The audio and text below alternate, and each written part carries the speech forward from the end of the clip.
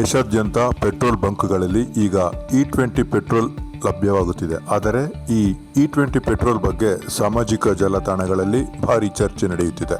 ಕೆಲವರು ಇದನ್ನು ದೇಶದ ಇಂಧನ ಸ್ವಾವಲಂಬನೆಗೆ ಮಹತ್ವದ ಹೆಜ್ಜೆ ಎಂದು ಹೇಳುತ್ತಿದ್ದರೆ, ಇನ್ನು ಕೆಲವರು ಇದು ವಾಹನ ಮಾಲೀಕರಿಗೆ ದೊಡ್ಡ ಹೊರೆ ಎಂದು ಆರೋಪಿಸುತ್ತಿದ್ದಾರೆ. ಹಾಗಾದರೆ ಏನಿದು E20 ಪೆಟ್ರೋಲ್? ಯಾಕೆ ವಿವಾದಕ್ಕೆ ಕಾರಣವಾಗಿದೆ? ಕೇಂದ್ರ ಸರ್ಕಾರದ ವಿರುದ್ಧ ಜನರ ಆಕ್ರೋಶಕ್ಕೆ ಕಾರಣವೇನು? ಈ ವಿಡಿಯೋದಲ್ಲಿ ಸಂಪೂರ್ಣ ಮಾಹಿತಿ ನೋಡೋಣ. E20 ಎಂದರೆ 80% ಪೆಟ್ರೋಲ್ ಮತ್ತು 20% ಎಥನಾಲ್ ಮಿಶ್ರಣ.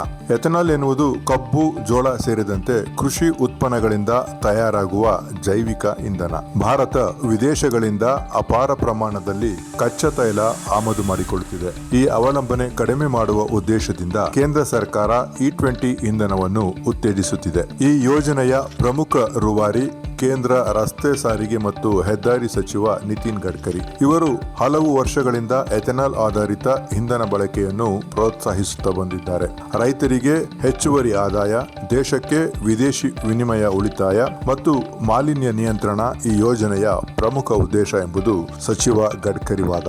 ಆದರೆ ಈಗ ವಿವಾದ ಆರಂಭವಾಗಿರುವುದು ಇಲ್ಲಿಯೇ. ಅನೇಕ ವಾಹನ ಸವಾರರ ಪ್ರಕಾರ E20 ಪೆಟ್ರೋಲ್ ಬಳಕೆಯಿಂದ ಮೈಲೇಜ್ ಕಡಿಮೆಯಾಗುತ್ತಿದೆ ಎನ್ನುವ ಆರೋಪ ಕೇಳಿಬರುತ್ತಿದೆ. ಪೆಟ್ರೋಲ್ ಬೆಲೆ ಕಡಿಮೆಯಾಗದಿದ್ದರೂ ವಾಹನ ಹೆಚ್ಚು ಇಂಧನ ಸೇವಿಸುತ್ತಿದೆ ಎಂಬುದು ಹಲವರ ಅಸಮಾಧಾನ. ಇದರ ಜೊತೆಗೆ ಹಳೆಯ ಬೈಕ್ ಹಾಗೂ ಕಾರುಗಳ ಎಂಜಿನ್ಗಳಿಗೆ E20 ಪೆಟ್ರೋಲ್ ಸಂಪೂರ್ಣ ಸುರಕ್ಷಿತವೇ ಎಂಬ ಪ್ರಶ್ನೆಯೂ ಮೂಡಿದೆ. ವಿಮರ್ಶಕರು ಹೇಳುವ ಪ್ರಕಾರ 2018ಕ್ಕೂ ಮೊದಲು ತಯಾರಾದ ಅನೇಕ ವಾಹನಗಳು E20 ಇಂಧನಕ್ಕೆ ವಿನ್ಯಾಸಗೊಳಿಸಲಾಗಿಲ್ಲ. ಇದರಿಂದ ಇಂಧನ ಪೈಪ್ಗಳು, ರಬ್ಬರ್ ಭಾಗಗಳು ಹಾಗೂ ಎಂಜಿನ್ ಘಟಕಗಳ ಮೇಲೆ ದೀರ್ಘಾವಧಿಯಲ್ಲಿ ಪರಿಣಾಮ ಬೀರುವ ಸಾಧ್ಯತೆ ಇದೆ ಎನ್ನಲಾಗಿದೆ. ಈ ಕಾರಣದಿಂದಲೇ ವಾಹನ ಮಾಲೀಕರಲ್ಲಿ ಆತಂಕ ಹೆಚ್ಚಾಗಿದೆ. ಇನ್ನೊಂದು ದೊಡ್ಡ ಚರ್ಚೆಯ ವಿಷಯ ಆಹಾರ ಭದ್ರತೆ. ಎಥೆನಾಲ್ ಉತ್ಪಾದನೆಗೆ ಕಬ್ಬು ಮತ್ತು ಜೋಳದಂತಹ ಬೆಳೆಗಳನ್ನು ಬಳಸಲಾಗುತ್ತದೆ. ಇದರಿಂದ ಆಹಾರ ಬೆಳೆಗಳ ಉತ್ಪಾದನೆ ಮೇಲೆ ಪರಿಣಾಮ ಬೀಳುತ್ತದೆಯೇ? ಆಹಾರ ಪದಾರ್ಥಗಳ ಬೆಲೆ ಏರಿಕೆಯಾಗುತ್ತದೆಯೇ